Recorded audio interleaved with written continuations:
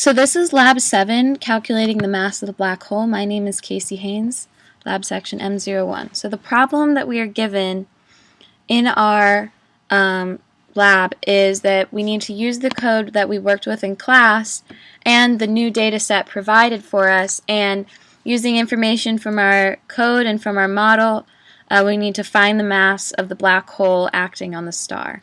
And our main result is that by changing certain data information in our code and printing out certain data outputs to print out desired quantities, we can plug in the values into the gravitational force equation and solve for the mass of the black hole.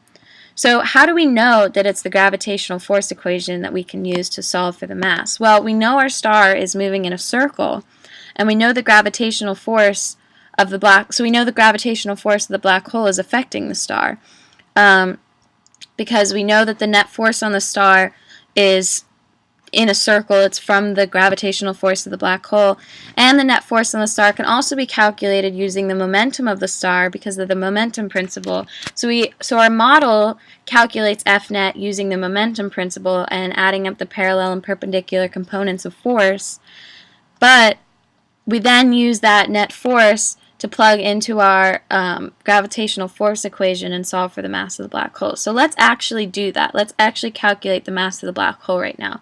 So the first thing we need to do is we need to change the data that we import. So I changed the file name of the data we're importing to star data 2, which was the data that we were given in our lab. Then we need to adjust new data points in the model as necessary. So we needed to adjust the star mass and the time step and everything. And those ended up being actually the same. So I didn't have to change those. And then at the bottom, we have to have the model print the certain values that are not given in the code that are necessary for our gravitational force equation. And those are the net force and the magnitude of the position of the star. So I printed out for those, and if we run our model, we'll go ahead and do that.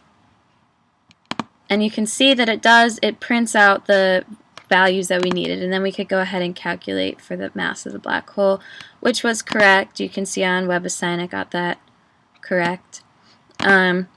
So we can say the model does fit well because it successfully predicts the mass of the black hole, but it doesn't fit well because if we run the model, let's look back at the picture.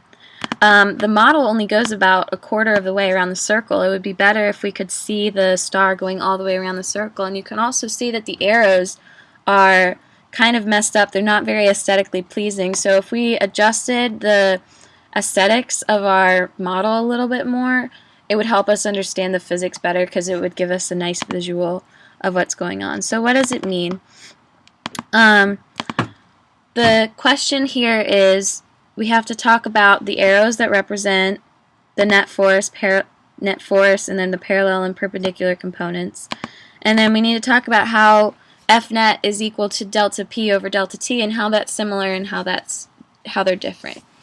So F net is equal to delta P over delta T, F net parallel is equal to delta P over delta T parallel, and F net perpendicular is equal to delta P over delta T perpendicular. And what that means is that we can get a numerical value for the net force by using delta P over delta P, the numerical value for that. But that's just a numerical value. The reason that they're different is because the net force in itself is not quantifiable. It's a concept. It's the idea that all of the pushes and pulls of force, which we can't add up, cancel out into this one net force direction.